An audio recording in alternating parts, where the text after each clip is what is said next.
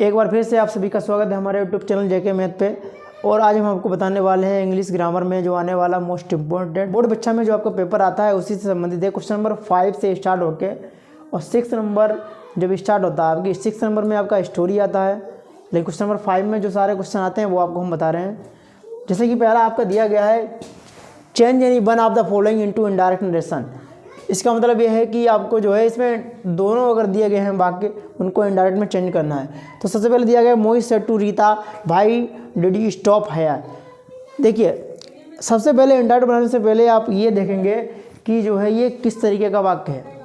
अगर यहाँ पे क्वेश्चन मार्क लगा हुआ है और सेड या सेड टू दिया गया, सेड या सेड टू हो तो उसको हम बदलते हैं आस्क्ड में।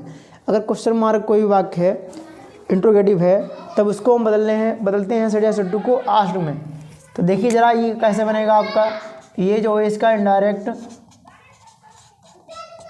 जब हम बनाएंगे तो आ जाएगा ये मोहित आस्क्ड, सेड टू को बदल देंगे हम आस्क्ड में, मोहित आस्क्ड रीता। फिर ये WH भाई दिया गया है, क्वेश्चन मार्क जो भी होता है उसको हम कंजक्शन बना देते हैं, भाई का भाई रहेगा। फिर यू है सेकंड पर्सन, यू को हम चेंज करेंगे रीता के अकॉर्डिंग, तो ये आ जाएगा सी, वाई सी। और ये पास्ट इंडिमिट था, इसको बदलेंगे पास्ट परफेक्ट में, तो आ जाएगा ये हैड स्टॉप्ड, STOPPD स्टॉप्ड। और हैर का हो जाएगा ये देयर।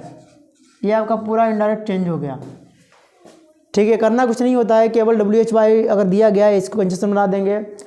और सब्जेक्ट ये ऑब्जेक्ट ही हमारा है यू को बदलेंगे ऑब्जेक्ट के अनुसार, यानी कि सब्जेक्ट था यू, इसको बदला हमने ऑब्जेक्ट के अनुसार रीता के अकॉर्डिंग, तो सी आ गया। फिर टेंस था, पास्ट को पास्ट में बदलते हैं, पास्ट इंडिमिट को बदलते हैं पास्ट परफेक्ट में, तो इसीलिए हेड वर्ब की थर्ड फॉर्म आ गई स्टॉप्ड, है का हो गया देयर। फिर दूसरा वाला है आपका दिया गया, इसको इनडायरेक्ट में बदलेंगे। दिया गया the teacher said to the children don't quarrel with your sister.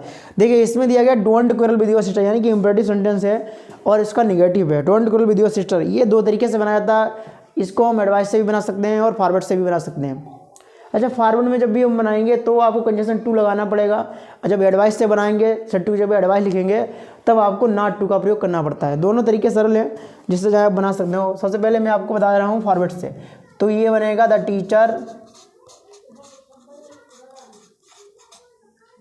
Teacher forward, FORWARD, said to की जगह पे आपका हो गया forward. The teacher forward the children, CHILDREN children. Forward के साथ में कंजक्शन लगता है टू, डोंट हट जाएगा, ये टू क्वेरल हो जाएगा, QUARREL क्वेरल विद। योर को बदल जाएगा चिल्ड्रन के अनुसार, चिल्ड्रन है प्लूरल तो यानी कि देयर आ जाएगा, देयर सिस्टर्स। ठीक है, इसी को अगर हम चाहें एडवाइस से बनाएं तो ये इस तरीके से बनेगा, the teacher advise the children not to quarrel with their sisters, advise से बन जाएगा वो। बी वाला कंबाइन यानी वन ऑफ द फॉलोइंग है directed the thief was punished, the thief was find. Compound sentence बनाना है। देखिए कंपाउंड सेंटेंस बनाने के लिए दोनों वाक्य क्या है, इनको एक में जोड़ना है, यानी कि ऐसा कंजक्शन लगाना है आपको। कंपाउंड के लिए आपको ऐसा कंजक्शन लगाना है कि दोनों एक में फिट बैठे। तो ये कंजक्शन के लिए देखिए पहले आप अर्थ निकाल के देखें तो आपको समझ में आ जाए क्या लगाना है क्या नहीं लगाना है। दिया गया है द थीफ वाज पनिश्ड, यानी कि चोर को दंडित किया गया, यानी द थीफ वाज फाइंड, और उस पर जुर्माना भी लगाया गया। तो ये आप इसमें ऐसे करते हैं the thief was punished and the thief was find, इसमें एंड का भी प्रयोग कर सकते हैं। तो ये बन जाएगा द थीफ वाज पनिश्ड। इसको कंपाउंड में बनाएंगे तो ये बन जाएगा द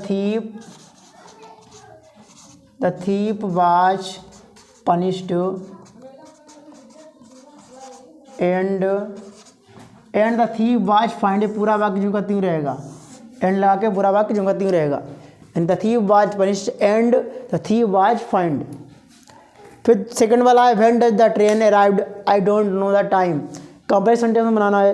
देख कंप्लेक्स सेंटेंस में क्या होता है, कंप्लेक्स सेंटेंस में कंजक्शन जो भी लगाए जाते हैं वो भाट भाई वैन जिस तरीके का होगा जैसा वाक्य वैसा उसमें यूज किया जाएगा। तो इसको हम देख लीजिए, जब when does the train arrive, यानी व्हेन मैंने कब ट्रेन पहुंचती है, अराइव मैंने पहुंचना, यानी कि ट्रेन कब पहुंचती है, तो आई डोंट नो द टाइम, मैं उस समय को नहीं जानता हूँ। समय जब आया है इसका मतलब क्या है, इसमें वैन का प्रयोग होगा। वैन माने कब, तो यानी कि इसको ऐसे बनाएंगे आई डोंट नो और द टाइम हट जाएगा, ये इस तरीके से बन जाएगा आई डोंट नो या I do not know, I do not know when does the train arrive, when does the train arrive, इस तरीके से बन जाएगा I don't know when does the train arrive. C number है transformation any one of the following get directed, यानी कि transform करना है, जैसे जो ब्रैकेट में दिया है उसी को मैं बनाना है। जैसे पहला दिया है Kashmir is not so hot as Bhopal, यानी कि Kashmir is not so hot as Bhopal, यानी कि कश्मीर जो है भोपाल की तरह इतना गर्म नहीं है। तो कंपैरेटिव बनाना है। कंपैरेटिव में एक बात याद रखना, कंपैरेटिव में हमेशा जो डिग्री होती है उसमें ER जुड़ा होता है, इनका प्रयोग किया जाता है। तो ये बन जाएगा इस तरीके से भोपाल इज हॉट का हो जाएगा hotter, HOTTR hotter, Bhopal is hotter than Kashmir, KSHMIR Kashmir. बस बहुत सरल है ये, Bhopal is hotter than Kashmir. फिर ऐसे सेकंड वाला दिया व्हाट मेड यू हैप्पी, आपको क्या खुशी हुई, ये बनेगा व्हाट मेड यू हैप्पी, आपको क्या खुशी हुई। इसको बनाना है पैसिव में। देखिए पैसिव बनाने के लिए इसमें व्हाट मेड यू हैप्पी, आपको क्या खुशी हुई, व्हाट के साथ में हेल्पिंग वर्ब नहीं है। जैसे कि ये हु वाला वाक्य होता था, हु वाले वाक्य को हम बनाते हैं होम से, बाय होम से बनाते हैं, ठीक उसी प्रकार ये व्हाट वाला भी बनेगा। ये व्हाट वाला जो है हेल्पिंग वर्ब नहीं है, तो ये आपका इस तरीके से पैसिव बन जाएगा वाई व्हाट, और यहाँ पर सेकेंड फॉर्म है तो इसलिए वाज का प्रयोग हो जाएगा वाई व्हाट वाज, फिर आ जाएगा you, why what was you, फिर थर्ड फॉर्मेट की मेड रहेगी और ये हैप्पी रहेगा। ये पूरा वाक्य आपका इस तरीके से बन जाएगा why what was you made happy.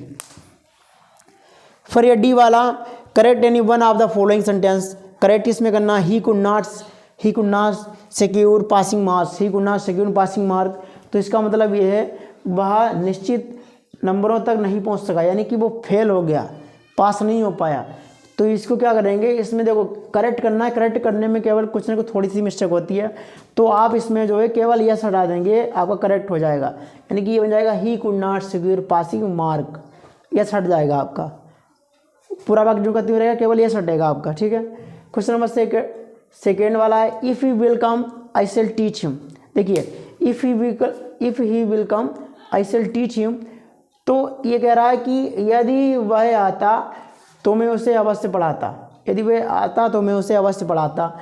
तो इस वाले वाक्यों में ताता जो दोनों में निकलता, सबसे पहला वाक्य जो है वो आपका बनता है प्रेजेंट में, दूसरा बनता है फ्यूचर इंडेफिनिट में। तो इस वाक्य को सबसे पहले देखिए इसमें क्या है, ये प्रेजेंट में नहीं दिया गया, फ्यूचर में दोनों दिए गए हैं, तो इसका मतलब इसको ऐसा करेंगे इफ़ ही कम्स आएगा, इफ़ ही कम्स फिर कामा आई शेल टीच हिम, पूरा बन जाएगा वाक्य, करेक्ट हो जाएगा आपका। इस तरीके से बन जाएगा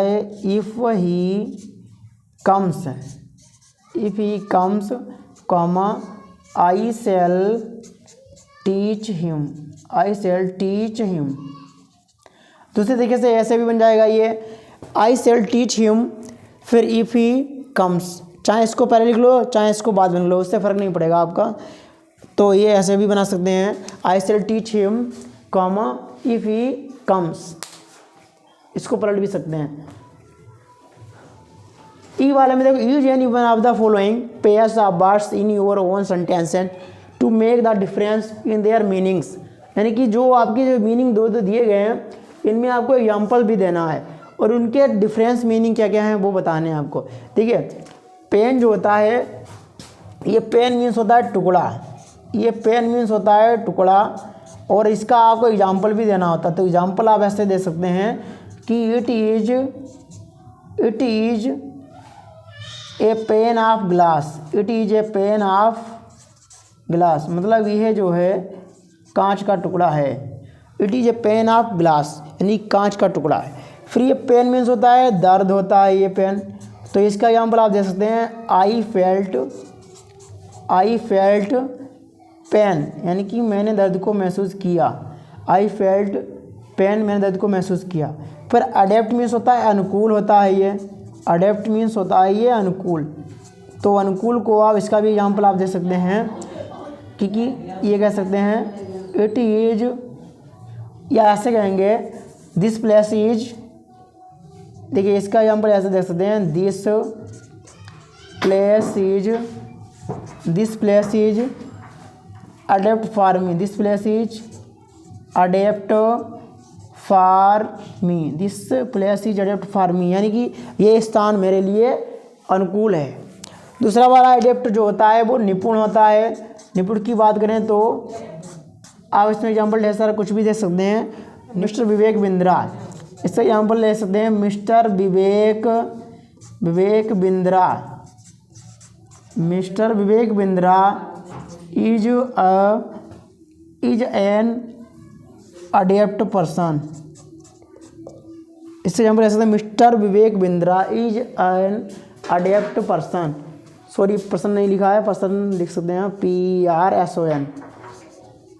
PRSON, यानी कि mister Vivek Bindra is an adapt person, यानी कि मिस्टर विवेक बिंद्रा जो हैं वो निपुण व्यक्ति हैं।